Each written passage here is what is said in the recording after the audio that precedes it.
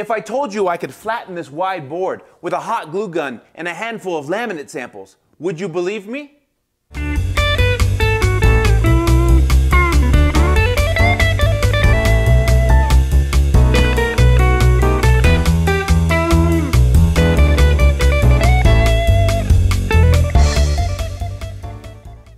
Oftentimes in woodworking, we're faced with the challenge of not having the right tool, or the right size tool at least, to do a job well. So I wanted to give you a tip for one of the most common challenges.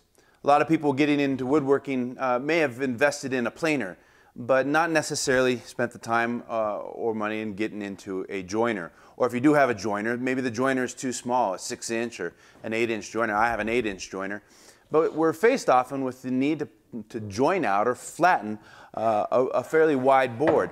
And in certain cases, we just don't have the ability and the size of the tool that we have to flatten this out. Now, obviously, there's plenty of ways of doing this by hand with some hand tools. But I wanted to give you a quick tip. For those of you who do have a planer, we can flatten this board and use your planer much like a joiner. The first thing that we need to do is to create a carrier board. It's just simply a double layer of plywood. In my case, I did a 1/2-inch piece of plywood attached to a 3/4-inch piece of particle board.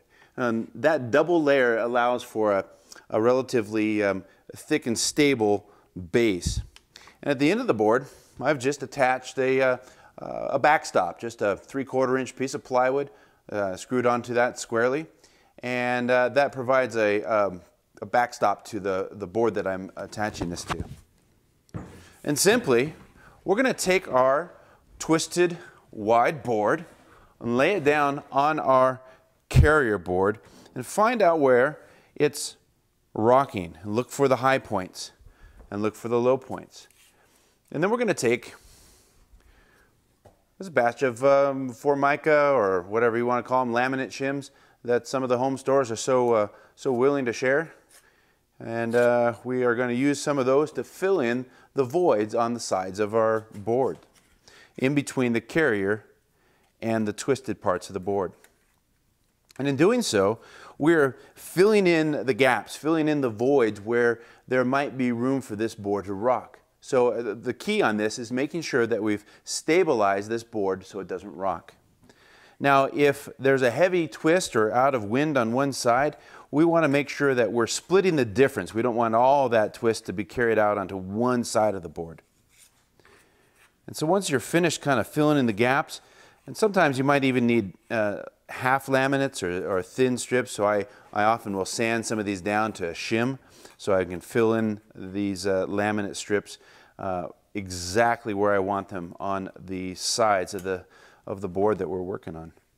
And once I have those in place and they have filled all alongside the edge, then I take some hot glue and use this hot glue to just simply tack the sides, holding the shim in place and filling a little bit of that void so that there is a stable reference and these shims won't rattle out. And that hot glue gun serves as a stabilizer.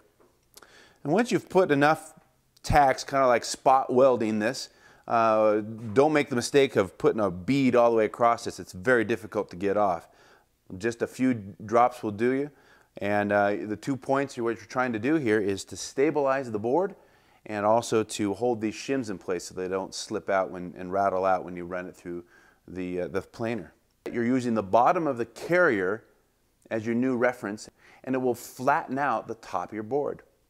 Once you have the top of that board flat, that becomes your new reference. You flip that board over, and the next thing you know it, that is your reference point to do a parallel plane. So you now have two surfaces that are plane parallel, nice and flat, and the twist or the wind in the board is now gone.